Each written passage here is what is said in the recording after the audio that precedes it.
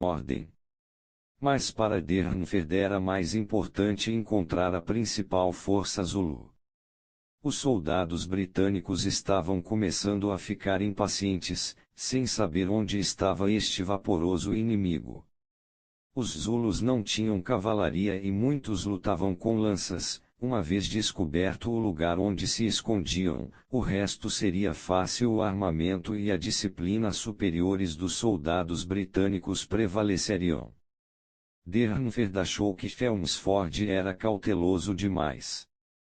Como oficial sênior no campo, ele resolveu desobedecer às ordens e liderar seus 400 homens para noroeste, paralelo às planícies de Kutu, para ver o que os Zulus pretendiam.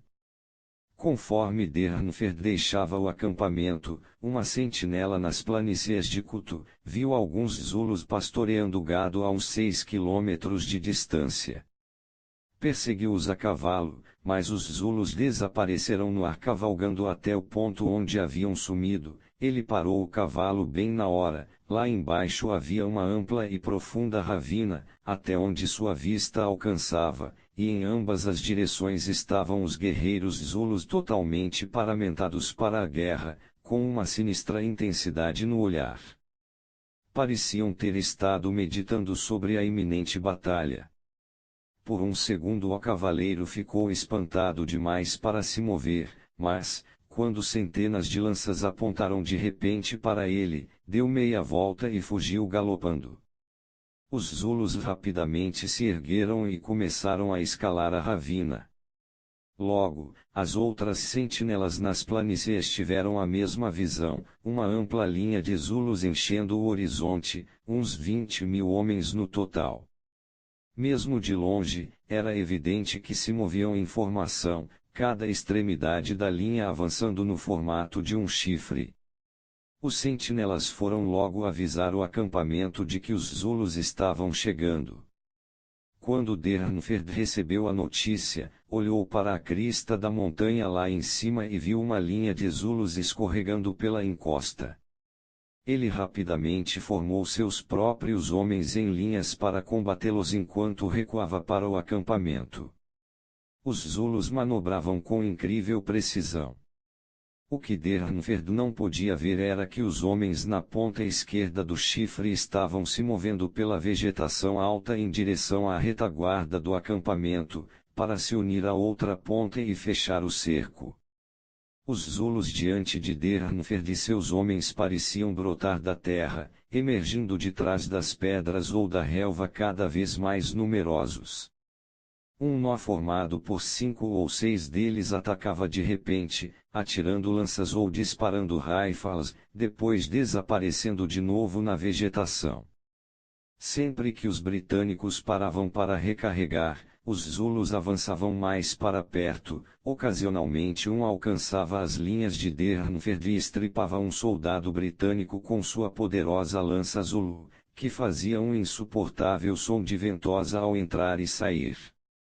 Dernfeld conseguiu levar seus homens de volta para o acampamento. Os britânicos estavam secados, mas cerraram fileiras e dispararam, matando inúmeros Zulus e mantendo-os afastados. Foi como uma prática de tiro ao alvo, conforme Dernfeld havia previsto. Seu armamento superior estava fazendo a diferença. Ele olhou em volta, o combate estava empatando e seus soldados reagiam com relativa confiança.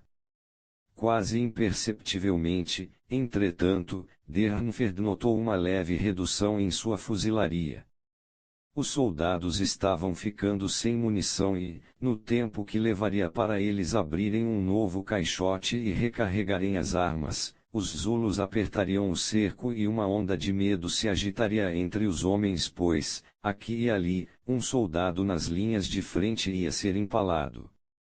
Os Zulus lutavam com uma intensidade que os britânicos jamais tinham visto, avançando como se as balas não pudessem lhes causar nenhum dano. Eles pareciam estar em transe. De repente, percebendo o momento crucial na batalha, os Zulus começaram a matraquear com as lanças nos escudos e a emitir seu grito de guerra, o Zutiu. Era uma barulhada apavorante.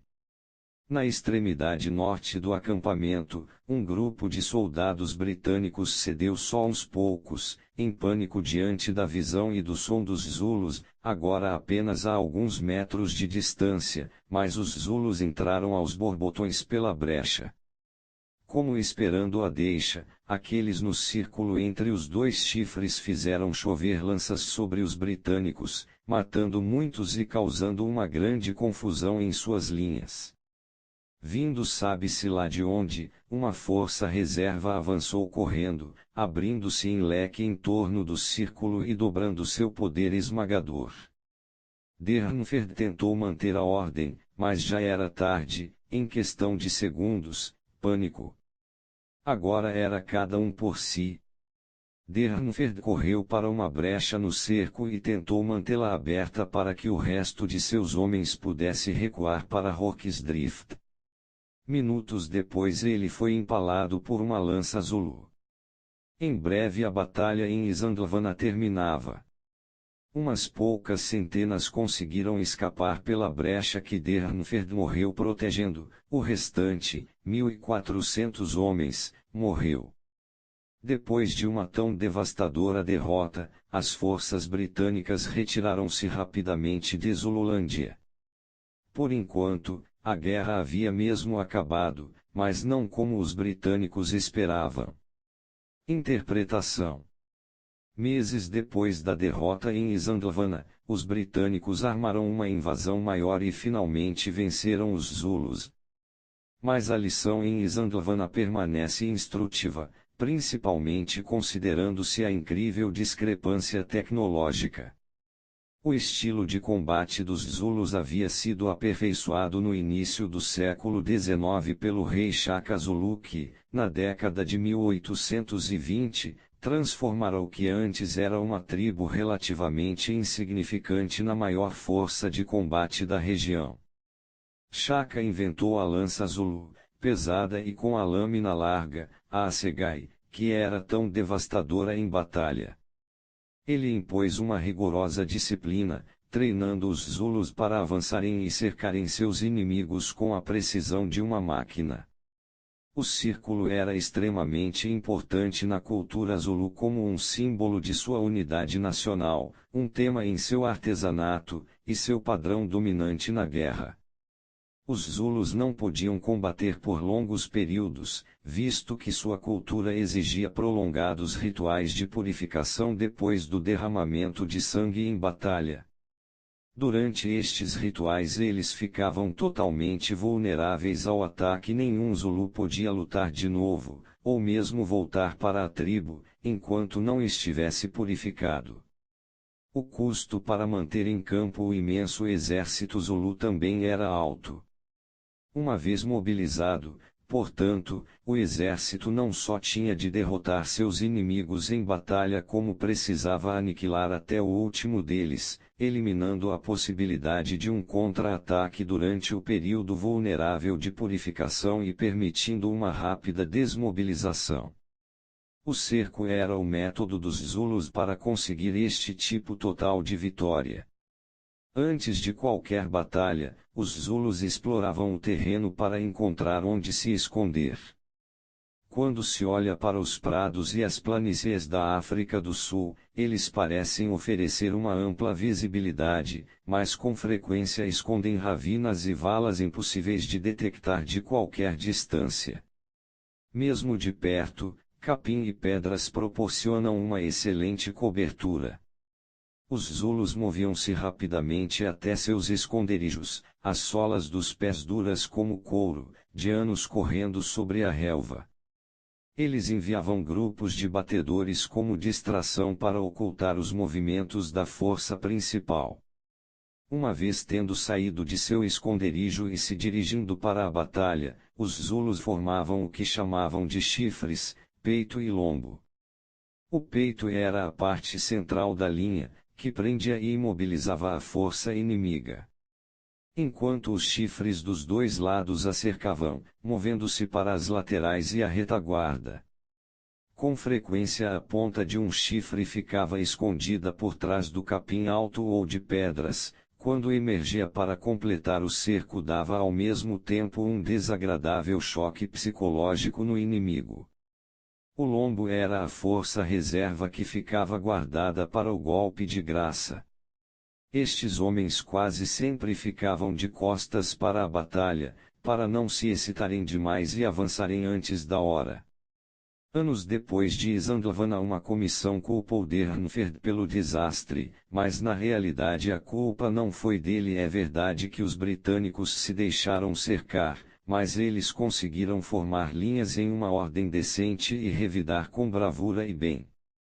O que os destruiu foi o que destruía todos os adversários dos Zulus: o terror criado pela precisão de seus movimentos, a sensação de estarem sendo cercados em um espaço cada vez mais apertado, a visão ocasional de um companheiro soldado sucumbindo à horrível espada Zulu, os gritos de guerra, as lanças que choviam no momento de maior fraqueza, o pesadelo de verem uma força reserva juntando-se de repente ao círculo. Apesar de toda a superioridade de seu armamento, os britânicos desabaram sob esta pressão psicológica calculada. Nós, humanos, somos criaturas extremamente espertas. Na desgraça ou diante de um contratempo, quase sempre encontramos um jeito de nos adaptar, de inverter a situação. Procuramos uma brecha e com frequência a encontramos. Vivemos de esperança, malícia e vontade.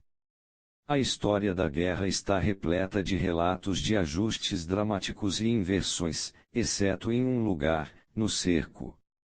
Seja física ou psicológica, esta é a única verdadeira exceção para a possibilidade de inverter as coisas. Quando executada como deve ser, esta estratégia não dá a seus adversários nenhuma brecha para explorar, nenhuma esperança. Eles estão cercados, o círculo está apertando. No espaço abstrato da guerra social e política, o cerco pode ser qualquer manobra que dê a seus adversários a sensação de estarem sendo atacados por todos os lados, sendo empurrados para um canto e sem esperança de um contra-ataque. Sentindo-se cercados, a força de vontade deles enfraquece. Como os Zulus, mantenha uma tropa de reserva, o lombo para funcionar com seus chifres. Você os atinge com estas forças quando sentir que estão ficando mais fracos. Deixe que a falta de esperança da situação em que se encontram cerque suas mentes. Você deve fazer seu adversário reconhecer a derrota do fundo de seu coração. Miyamoto Musashi, de 1584 a 1645